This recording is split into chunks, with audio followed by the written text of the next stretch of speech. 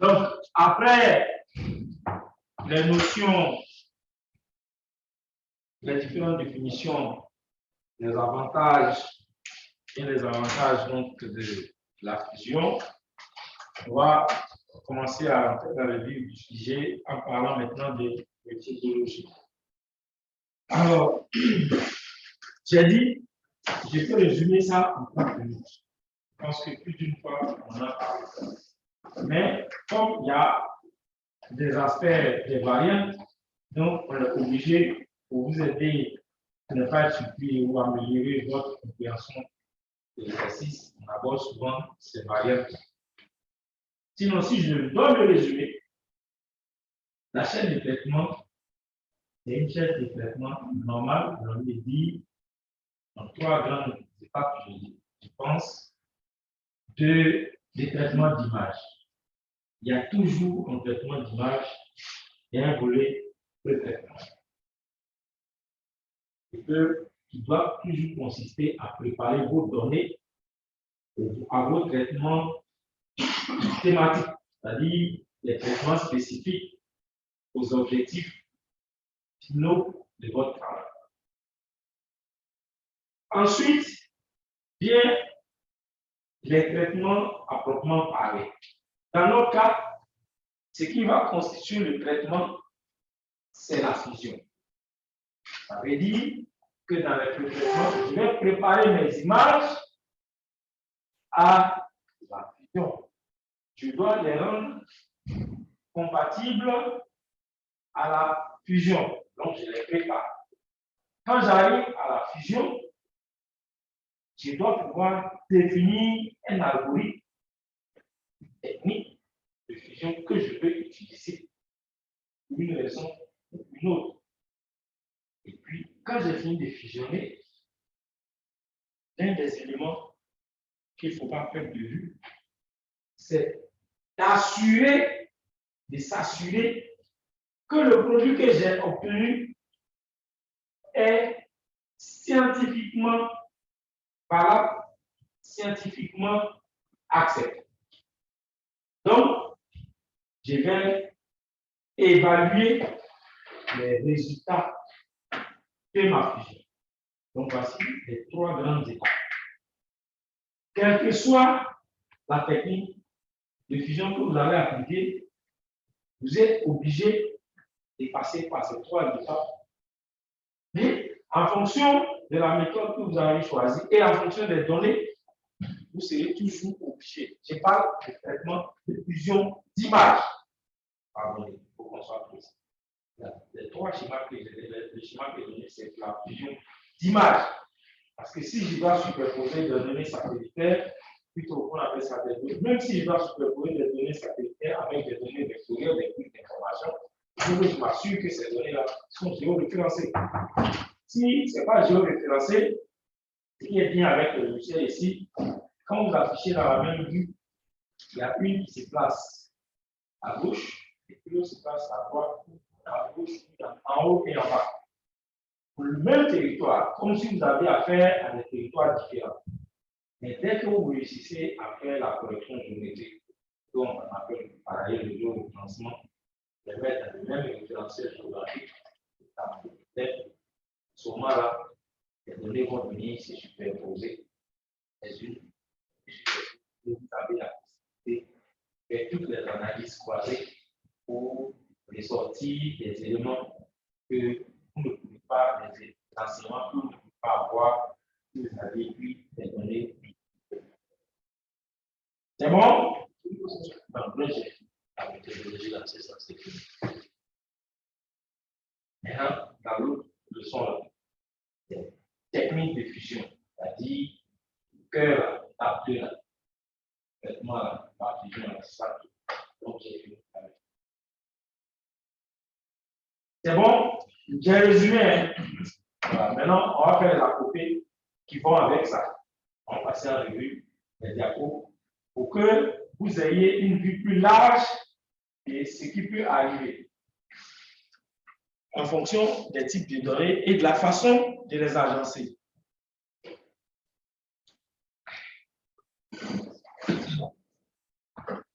Donc, Alors, ce que vous devez avoir à l'esprit, c'est qu'à la fin de cet exercice, vous devez être capable de représenter les différents niveaux, les différents aspects et de distinguer les techniques de fusion de données. Et donc, pour le faire, je vous ai proposé le plan suivant. D'abord, la première chose, ce sont les propriétés d'identification et de reconnaissance des objets.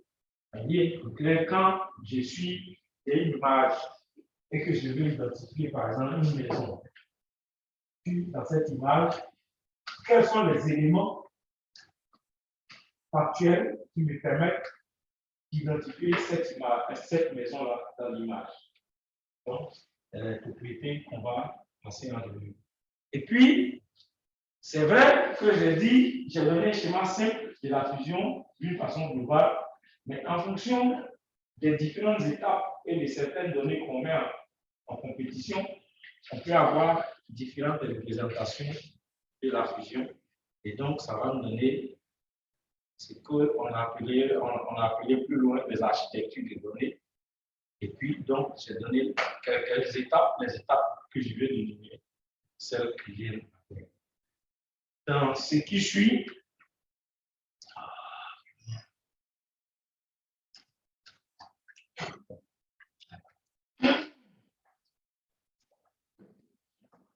dites à vous qu'on est en train de faire la fusion vraiment maintenant.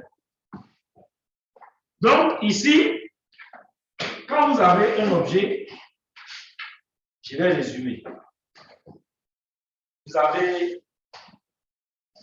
Vous le placez toujours dans son contexte global, et si vous le placez dans ce contexte, vous avez tout ce qu'on peut appeler comme les attributs. Généralement, la notion d'attribut, vous la découvrez quand vous commencez à faire des bases de données cartographiques ou de récits. Ça peut être soit la résolution spatiale, ça peut être les caractéristiques spectrales, comme ça peut être quoi d'autre? Caractéristiques spatiales, caractéristiques spectrales, et puis quoi? Donc, ça peut être l'espace dans le temps. Donc, vous avez la dimension spatiale, la dimension spectrale, et puis la dimension temporelle. Donc, c'est plus s'occuper dans ces trois éléments, c'est ce qui vont constituer son contexte. Donc, c'est à partir de là que vous allez pouvoir donc définir cet objet-là. Donc, la notion, quand je parle de dimension, ça nous renvoie à tout ce qui est spectre. Je parlais de résolution spectrale. Quand vous parlez d'attribut spatial, ça vous fait penser à la notion de résolution spatiale. Et puis, il y a la dimension temps. Pour celui qui fait une étude diachronique, vous allez prendre des données de plusieurs temporalités que vous allez examiner. Puis, comme ça, on ne voit pas tout à fait le lien en matière de fusion. Mais lorsque vous allez prendre la décision de dire que la zone habitable, les zones habitables sont occupées la plus grande proportion de la forêt classée, par exemple, c'est parce que vous avez superposé dans une même vue, dans un système d'information géographique, des données de plusieurs années, vous avez vu qu'il y a une forte occupation de forêt qui s'est dégradée, par exemple l'habitat dont la superficie a augmenté. Mais ça, c'est par croisement de ces données que vous réussissez à faire cette analyse. Mais c'est des données qui se situent à différents moments. Donc, il y a ces trois éléments-là. Le reste est développé dans vos données, la définition, tout ça. Vous pouvez vous les approprier.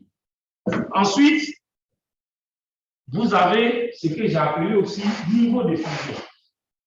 Alors, si vous faites attention, j'ai pris, pour donner la définition expliquée dans le précédent chapitre, plusieurs types d'éléments pour parler de la fusion et pour dire de donner les avantages de la fusion. Dans le premier cas, c'est ce que nous pensons faire couramment, c'est-à-dire fusionner les données satellitaires. des images. Dans ce cas-là, c'est sûr qu'on ne sera pas en train de dire, comme je le faisais remarquer à mon ami, que je vais superposer une image Landsat de 15 mètres à une image Landsat de 30 mètres du même territoire. Si vous mettez ça dans un logiciel ici, celle qui est au-dessus va cacher celle qui est en dessous dans la disposition de votre fenêtre. Donc, dans ce cas-là, on dit qu'on vient obligé de faire, c'est-à-dire mélanger les deux images.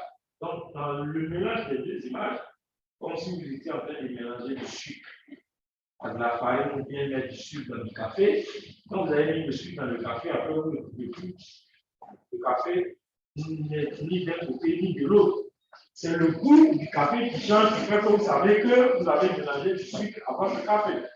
Donc, dans ce cas, si on ramène cette image, c'est la façon de voir les choses dans le cas de la fusion des images, où on n'arrive plus à dissocier les deux données au départ, alors on dit qu'on est en train de faire une fusion par niveau. Je ne pratique pas, je ne réfléchis pas beaucoup. Comme deux images du même territoire, le traitement que j'ai à faire, c'est faire en sorte que les images aient plus ou moins la même configuration spatiale, plus ou moins la même configuration latérale.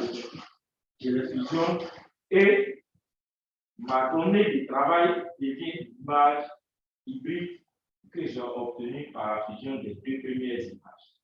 Je suis dans un cas de fusion de plaques. Donc, je peux utiliser plusieurs images. Et pour que vous compreniez un peu, quand je dis S1, S2, S3, je prends le cas de mon mémoire de thèse. Vous allez voir couramment, si vous faites sa traduction littérale des outils, du module qui donne les outils de Python, il dit pas chaque, c'est-à-dire qu'on peut faire un endossement avec Pancomatic. Donc, en théorie, la première chose qui transparaît, c'est qu'on veut rehausser les images multispectrales à travers des images panchromatiques. Moi, je me retrouve avec un jeu de données d'images multispectrales de Landsat, dont une bande pancchromatique, et puis tout le reste que vous connaissez, Landsat et bien comme on le dit. Et puis, j'avais une image monochromatique, une seule bande, Radarsat, qui du point de vue résolution spatiale, donc monochromatique, donc faible résolution spectrale, résolution spatiale, 50 mètres, donc faible résolution spatiale. Alors que mon sujet était de faire une fusion optique radar. Mais les logiciels sont conçus, quand vous prenez la boîte automatique, elle va vous demander, d'abord de lui donner l'image de haute résolution spatiale. D'accord? Quand vous sélectionnez, il dit sélectionnez l'image multibande. Est-ce que dans mon cas, c'est-à-dire aveuglement, je pouvais considérer mon image radar de 50 mètres là comme une image de haute résolution spatiale? Je vais faire la fusion, mais si je repasse en revue les principes théoriques de la fusion conçus en arrière-plan, c'est le logiciel, je me serais fourvoyé. Donc, je me suis dit, qu'est-ce que je fais? Mon sujet, c'est fusion optique radar. Est-ce que si je fais, excusez-moi le terme, bêtement comme je viens de vous le dire, est-ce que scientifiquement, c'est défendable?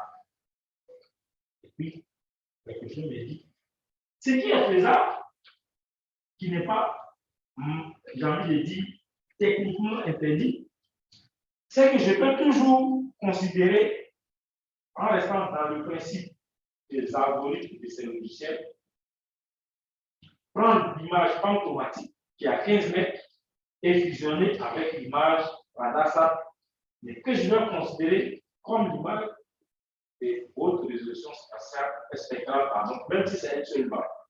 Donc, je contribue, je travaille à rehausser, à rehausser la résolution spatiale et mon image radar. Donc, j'ai fait d'abord une fusion pancro radar qui m'a permis de fabriquer, entre guillemets, une image radar de haute résolution spatiale.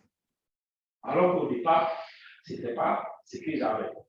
Bon, je disais la dernière fois, moi, que j'ai pu vous faire une explication en utilisant un peu un vocable similaire que le professeur Salé avait utilisé pour s'appeler, j'ai dit, création d'une pseudo-image radarsat de haute résolution spatiale à partir d'une image franco-max. Donc, j'ai expliqué la vérité. Et à la fin, j'ai pu faire, comme dans mon travail, il fallait faire des cas topologiques avec chaque type d'image. Donc, j'ai fait ça pour comparer et que ça a permis quand même de rehausser et d'améliorer la qualité et la cartographie. L'image radar elle-même, pour ceux qui auront l'occasion de voir cette thèse, vous allez voir que c'est une bande de nuages. Vous avez l'impression qu'il y a des gros points blancs aménagés à des gros points noirs sans rien distinguer. Et pourtant, il est démontré qu'au point de vue de la capacité des images radar à transpercer tout ce qui est arrivé, il y a un intérêt à faire à les exploiter. Donc, c'est ce que j'ai fait. Du coup, là où on demandait peut-être qu'on a l'habitude de penser à deux sources, moi j'ai 3 sources de données. Voilà. Donc, c'est pour ça que tu peux avoir ça. Maintenant, j'ai donné des cas de figure où vous avez une superposition des cartes. Ça veut dire, j'ai pris le cas de la carte topographique. On peut situer la carte topographique au niveau de la décision ici. Mais pour avoir la carte topographique, vous allez interpréter votre image satellitaire pour sortir, par exemple, le réseau routier. Une autre image peut vous aider à sortir, par exemple, les courbes de niveau. Vous pouvez, généralement, ce qui se passe, si je vais être, pour rester dans la réalité, les courbes de niveau, elles ne vont pas varier d'une carte topographie à l'autre, sauf si on a véritablement modifié le paysage, comme on est en train de le faire en cassant tout ce qui est colline, en remblayant tous les bas-fonds pour déployer des maisons dedans. Donc, on modifie la topographie. Mais si on regarde la topographie originelle, vous pourrez, par exemple, pour mettre à jour l'habitat et le réseau routier, prendre une image satellitaire actuelle. Quand vous voulez remettre à jour votre carte topographique, donc arriver à cette décision finale, vous serez obligé de prendre la carte topographique pour ressortir les courbes de niveau. Les images radar, par exemple, du point de vue de leur bonne résolution à mettre en relief la partie publique, peut vous servir à ressortir le réseau hydrographique, par exemple.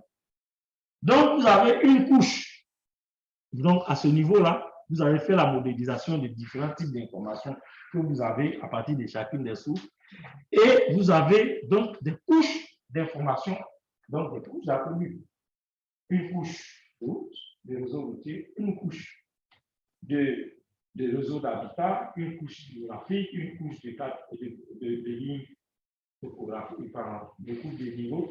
Et c'est tout ça qui va vous superposer dans votre logiciel de système d'information géographique et vous composez une carte, vous rédigez cette carte avec toute la légende.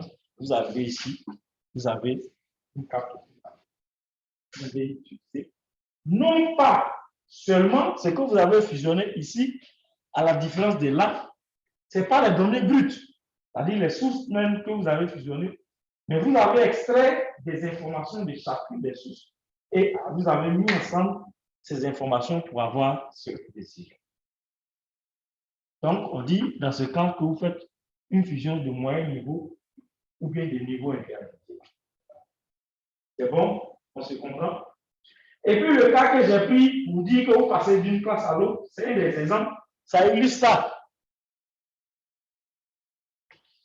Je prends les unités d'enseignement pour illustrer ça. Là, vous êtes en traitement numérique d'image, et puis on va prendre chacune des unités d'enseignement que vous avez, pardon, les EQE que vous avez dans les unités d'enseignement. C'est les notes de chacune des EQE qu'on va mettre ensemble pour qu'à la fin, on dise que vous avez validé l'unité de valeur, l'unité d'enseignement 1. On fait la même chose pour l'unité d'enseignement 2. Décision, UE1 validé. Décision 2, UE2 validé. Décision 3, UE2, UE3 validé. Et ainsi de suite. Et ce sont ces petites décisions qu'on va mettre ensemble et puis on fait l'estimation, une moyenne pour dire que vous êtes à combien. C'est un exemple de fusion de décision. Donc, on est à un niveau hautement hiérarchisé. On n'est plus en train d'utiliser des données tutelles, du tout intermédiaires pour décider. On nous a traité suffisamment les données. C'est le cas, je peux prendre l'exemple de votre étude diachronique. Quand vous faites là, vous avez une carte, par exemple, de l'occupation du sol en 2010, une autre carte en 2015, et puis une autre carte en 2020. C'est en analysant les changements qu'il y a eu sur chacune des cartes que vous allez dire qu'il y a eu une modification importante de l'occupation du sol. Mais pour donner cette analyse, vous n'avez pas forcément superposé les différentes cartes. Mais vous avez analysé. Vous avez dit ici, l'habitat a grossi. Ici, le terrain urbain, le terrain nu ont diminué. Et puis là, comme je le dis là, c'est pour ça que c'est ceux qui ont l'argent, je m'excuse de faire ça, qui ont toujours des problèmes d'inondation, et ils ont largement pu enlever les bâtons pour construire les dents. Il y a toujours une inondation chez eux. Ils ont construit sur les bâtons. Puis vous avez tout ça. Vous prenez la décision. Pour dire qu'on veut, par exemple, en prenant un sens sur le cas de l'inondation, au départ, on avait le sentiment qu'il pleuvait tellement fort à Abidjan que c'est pour ça que toute la rivière 2 ou la rivière 3 était toujours inondée. Et puis, techniquement, on passe en revue les différents facteurs qui peuvent aggraver le phénomène de ruissellement. Donc, on va constater que, on dit qu'il n'y a pas de caniveau. Et puis, quelqu'un dit non, ce n'est pas possible. On ne peut pas avoir construit sans caniveau. Premier élément, on découvre qu'il y avait des caniveaux. Décision 1, on va casser tous les caniveaux. Décision 2, tous les bassins d'orage, c'est-à-dire tout ce qui est bassin versant, on peut considérer comme des collecteurs naturels, ont été habités, colonisés. Décision 2, on va déguerpir ça. 3, on va déboucher tout ce qui était là et tout ce qui était. Donc, on va prendre la décision pour améliorer, pour réduire ce problème d'inondation, d'enlever tout ça et agrandir s'il faut tout le réseau, comment on appelle ça, le système de réseau et drainage. On aura pris des décisions parcellaires à partir d'éléments et ces petites décisions-là, on les a mis ensemble. Donc, je donne ces cas de figure pour que vous compreniez que la fusion ne doit pas être, bon, il ne faut pas qu'on ait l'impression que c'est une étape panacée. Au quotidien, on le fait. Mais comme on le met dans un cadre académique, ça prend la vue de quelque chose d'extraordinaire. Alors que, avec tous ces exemples que je donne, la chose, à mon sens, se situe dans notre quotidien. Et on la fait souvent tous les jours. Mais comme on est foncièrement convaincu que c'est une théorie très élaborée, bon, c'est vrai que c'est élaboré. Quand on parle, quand on va rentrer effectivement dans l'utilisation des outils et des modélisations, bien entendu, ça commence à prendre une autre dimension. Mais à vue d'œil et de façon simplifiée, voici les 3 niveaux qu'on peut avoir. Question?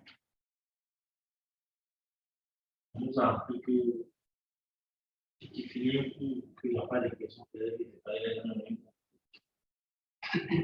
Oui, c'est pas pareil, c'est ça qui a posé continuellement, mais c'est mieux de poser des questions.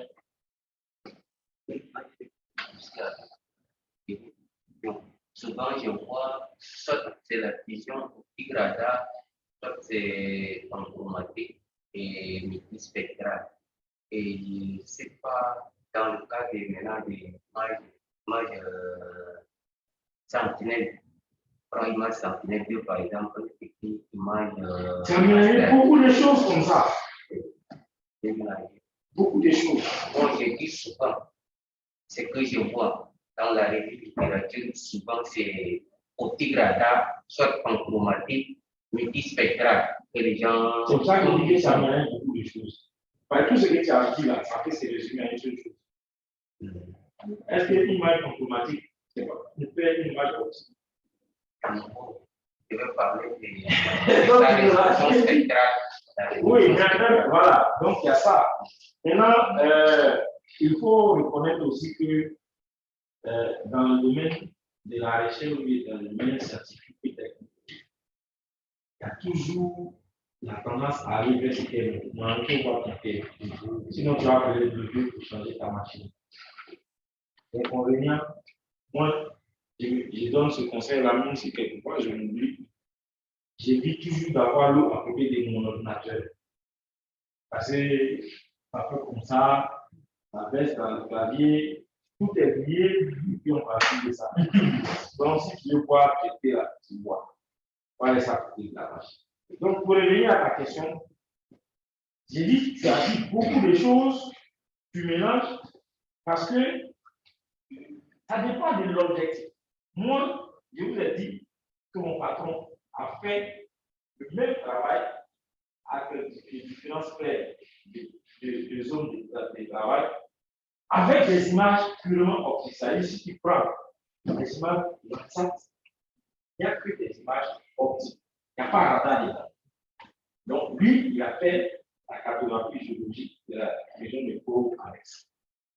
Et puis, comme la littérature était encore sur les radars et qu'on vantait les avantages comparatifs du radar, lui, il s'est dit, entre-temps, je crois que le professeur Kwame Fernand avait fait une thèse avec des travaux avec ERS, qui est radar. Donc, ça, on a les résultats. Puis lui dit, mais si on met un radar et puis optique, ça va mesurer quoi? Ça, c'était son objectif. Donc, ça nous obligeait à utiliser d'un côté les images radar et les images optiques. Donc, je vous ai dit, pour contourner une difficulté, ça m'a amené à faire le mélange que toi tu es en train de faire là. C'est-à-dire, j'ai voulu contourner la difficulté qui était liée à la résolution spatiale très faible de mon image optique, un radar. Donc, j'ai d'abord travaillé à en faire une image radar de haute résolution spatiale. C'est-à-dire, j'ai dû lui donner la résolution spatiale de l'image automatiques optique. C'est tout. Donc, Sentinelle, aujourd'hui, ce sont les nouvelles données dans la radar des satellites. Et comme toute science, quand c'est nouveau, on met dans le domaine que chacun expérimente. Donc, comme c'est accessible, tout le monde fait ça. C'est-à-dire, quand vous allez soutenir, pour démontrer la pertinence de vos données, les gens auront tendance à vous dire, mais actuellement, là, il parle de sentinelles. Pourquoi toi, tu allais, par exemple, utiliser ETL et Landsat 7, c'est-à-dire la génération précédente de Landsat, et puis tu n'as pas pris Oli, qui est la dernière génération de Landsat, par exemple. Juste une façon de te dire, si on reste dans la logique que la science ou la technologie évolue, les données les plus récentes sont relativement bien meilleures que les anciennes. Donc, si tu veux faire un travail, tu ne vas pas aller t'attarder à utiliser des vieilles données. Sauf si tu veux faire de l'expérimentation, tout le monde, c'est comme ça que tu verras de plus en plus dans la littérature que les gens utilisent les sentinelles qui ont des volets radar et un volet optique. Je ne vais pas finir ma question. D'accord. La question attend peut-être que pas encore. D'accord. En fait, ma question se situe entre les images des satellites riches en résolution spectrale. Je prends par exemple l'ASDER. qui est riche en résolution spectrale dans la gamme du moyen infrarouge du proche infrarouge à moyen infrarouge plus que les sentinelles. Est-ce qu'on peut fusionner les données ASTER avec les données sentinelles qui est pauvre en résolution spectrale dans la gamme du proche infrarouge et moyen infrarouge? Si logiquement, tout ce que j'ai dit depuis la première leçon, tu as bien compris, tu ne devrais pas me poser cette question.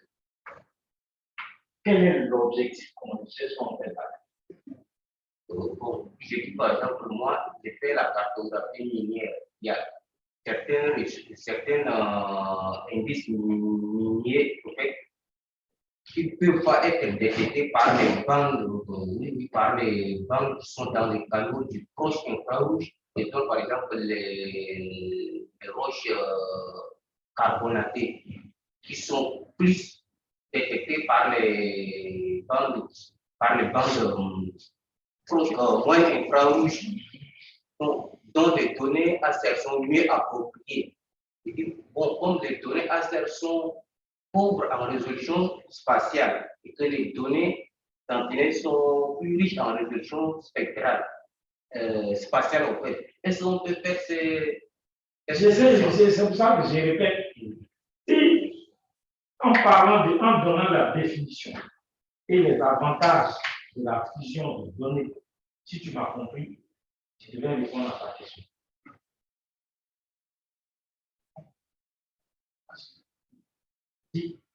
L'objectif, l'un des objectifs majeurs, c'est d'exploiter les qualités des images ou des données de sources différentes dans l'optique d'améliorer la qualité des informations.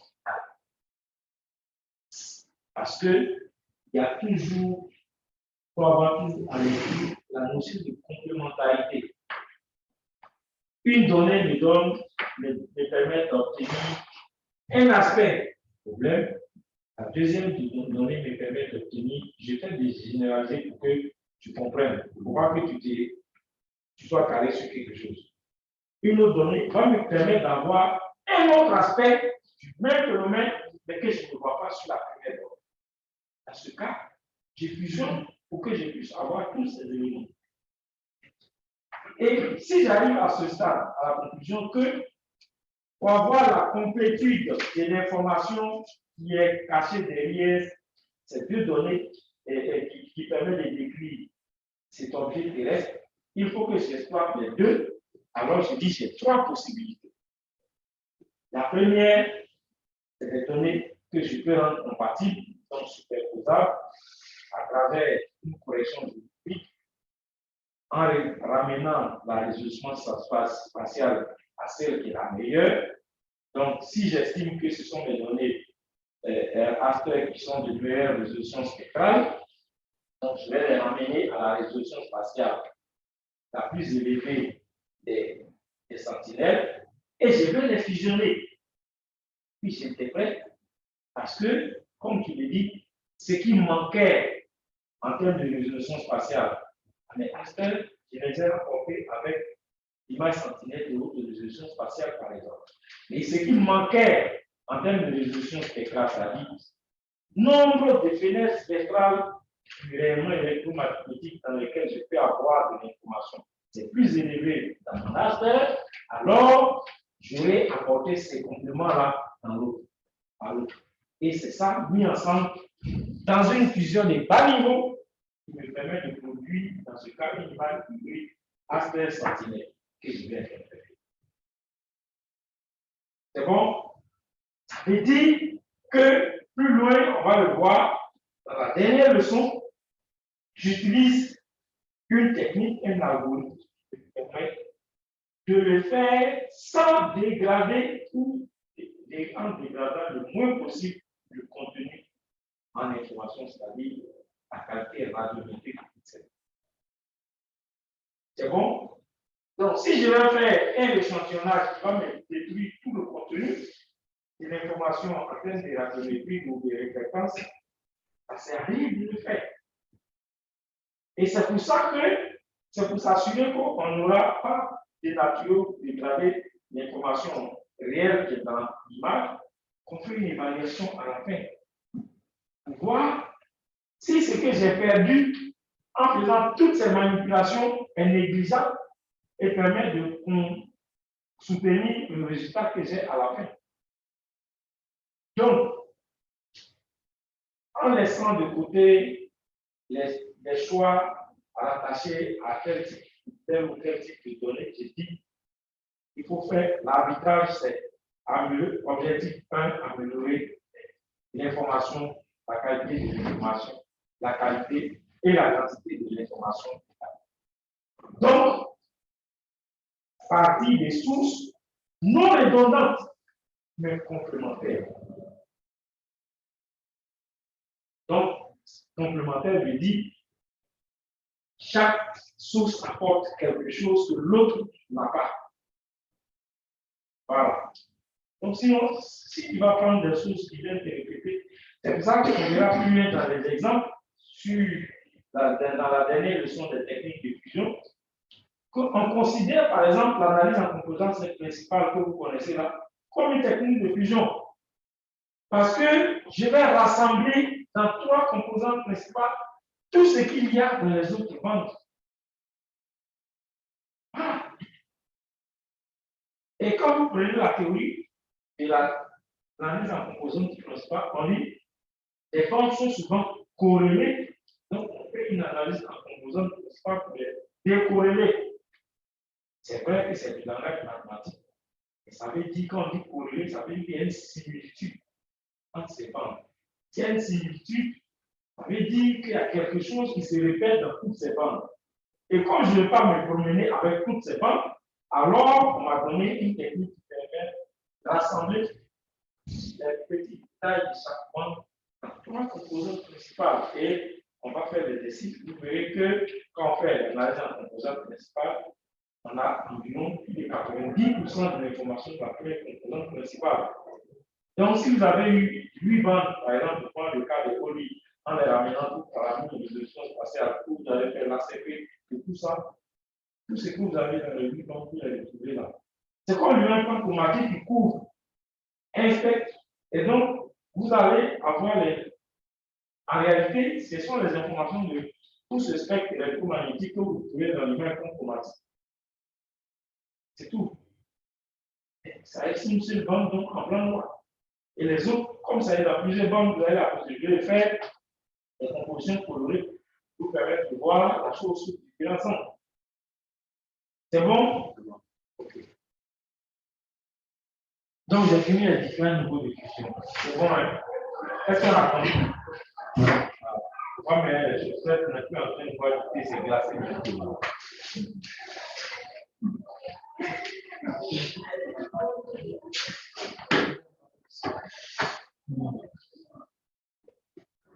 Donc, alors, comment on représente une opération de fusion? Je dis, et je reviens toujours sur la même image. Vous avez, dans une opération de fusion, vous avez des sources. Donc, vous avez des sources. À partir de ces sources, vous allez réfléchir à comment vous les mettez ensemble. Donc, la manière de les assembler. Et puis, pour le faire, vous allez prendre une technique mathématique, un algorithme pour faire tout ce qu'il vous faut comme traitement. Et cela, mis ensemble, permet d'avoir ce qu'on appelle l'architecture. Alors, sur cette base, on peut avoir un premier schéma qu'on appelle donc une architecture centralisée. Donc, vous avez une seule opération de fusion, mais à partir de, je vais couper encore. Bien l'erreur pour toi. Et l'erreur pour toi. Je vais couper encore. Je ne sais pas à quel moment vous avez. Bon, je ne sais pas, ta durée est relative. On dit qu'au niveau biblique, 100 ans, ça fait peut-être une demi-journée chez Dieu. Voilà, donc tu vas faire, c'est relatif. Donc, enregistrer.